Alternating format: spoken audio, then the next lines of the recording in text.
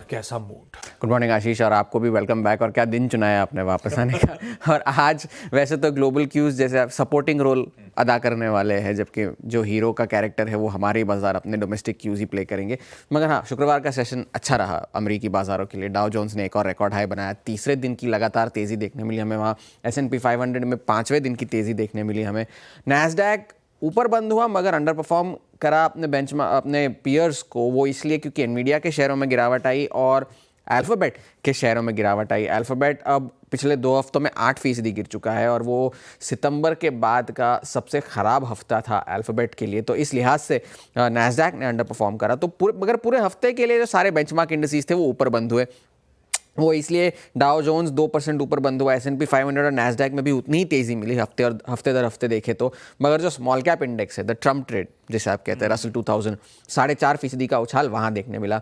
सिर्फ एक सरदर्द वहाँ अभी भी बना हुआ है, वो शायद हमारे लिए थोड़ा सा सरदर्द है, वो है कि डॉलर जो है वो मजबूत होता जा रहा है। 8वें हफ्ते लगातार डॉलर में मजबूती देखने मिली और सितंबर 2023 के बाद से ये हफ्ते दर हफ्ते की सबसे लंबी जो हमें वीकली विनिंग स्ट्रीक देखने मिली है डॉलर के लिए। आज लेकिन डॉलर थोड़ा सा कमज़ोर है, तो उससे शायद थोड़ा सा सहारा मिले। अब बड़ा ट्रिगर शुक्रवार को ये हुआ कि डोनाल्ड ट्रंप ने ट्रेजरी सेक्रेटरी, जो वहाँ के वित्त मंत्री वहाँ के कहलाए जाते हैं, स्कॉट बेसेंट को वहाँ पर जो बनने वाले हैं उन्हें नॉमिनेट करने के लिए प्रस्ताव दिया है। और स्कॉट बेसेंट ने कहा है कि वो ट्रंप के जो टैरिफ प्लान्स है, जो टैक्स कट प्लान्स हैं, उनका समर्थन करेंगे। और जो एनालिस्ट है वहाँ के, उनका कहना है कि स्कॉट बेसेंट बाजार के लिए अच्छे होंगे। वो इसलिए क्योंकि वो खुद एक हेज फंड मैनेजर है।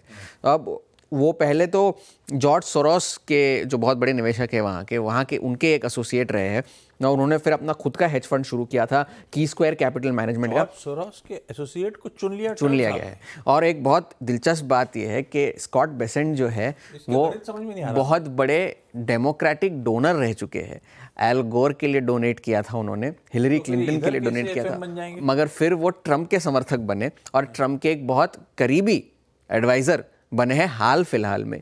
ये पहले तो 2016 में तो उनका कोई नामो निशान था नहीं ट्रंप के करीब में, मगर अब वो एक ट्रंप समर्थक है। तो ये एक बड़ी दिलचस्प सी कहानी निकले। नहीं, उनसे कोई वो नहीं है, मगर उनका खुद का अब तो फंड है। तब ठीक है। तो और उन्होंने एक 3-3-3 पॉलिसी सजेस्ट की है ट्रंप साहब को एज ट्रेजरी सेक्रेटरी, अगर वो बने तो, कि बजट डेफिसिट जो है वो जीडीपी की 3% तक के लिए लाया जाएगा 2028 तक। जीडीपी ग्रोथ को 3% बनाया जाएगा डीरेगुलेशन के जरिए।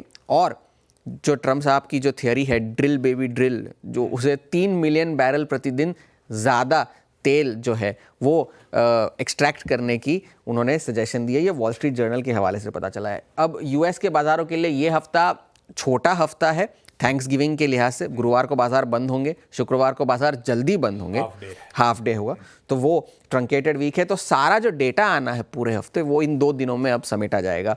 बड़ा जो डेटा आने वाला है वो FOMC के मिनट्स है, जो कि मंगलवार को आएंगे, यानी कल।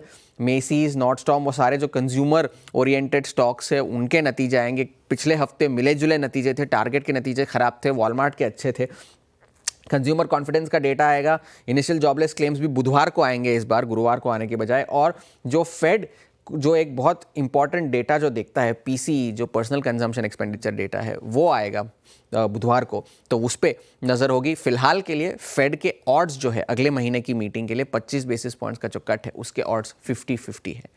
तो आज हैंडओवर सपोर्टिव है, एशिया के बाजार भी ठीक ठाक ही कर रहे हैं। सपोर्टिंग रोल होगा, मगर मेन रोल तो हमारे डोमेस्टिक क्यूज ही होंगे। बिल्कुल ठीक है, अच्छी बात है। जब ग्लोब सपोर्टिव हो, अपने डोमेस्टिक संकेत बढ़िया हो, तो दिन अच्छा जाता है। तब और आपकी सेकंड प्लेट स्क्रीन पर रखता हूं। अच्छी चीज ये हुई है, फ्राइडे से अब के बीच में डॉलर इंडेक्स थोड़ा सा बढ़िया कूल ऑफ हो गया है।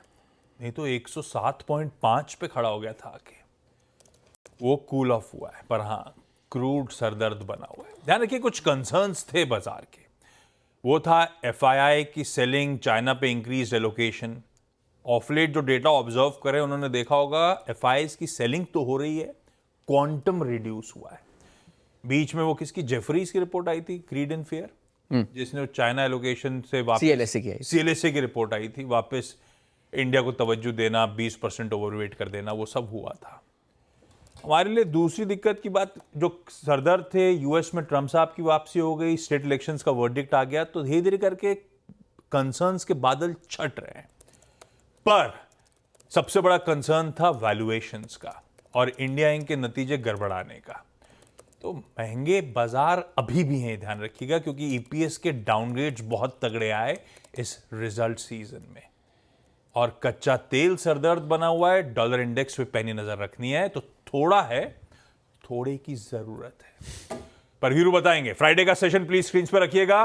23,800 के वो इंपॉर्टेंट रेजिस्टेंस जोन्स को हमने चलते चलते कन्विंसिंगली ब्रीच कर दिया।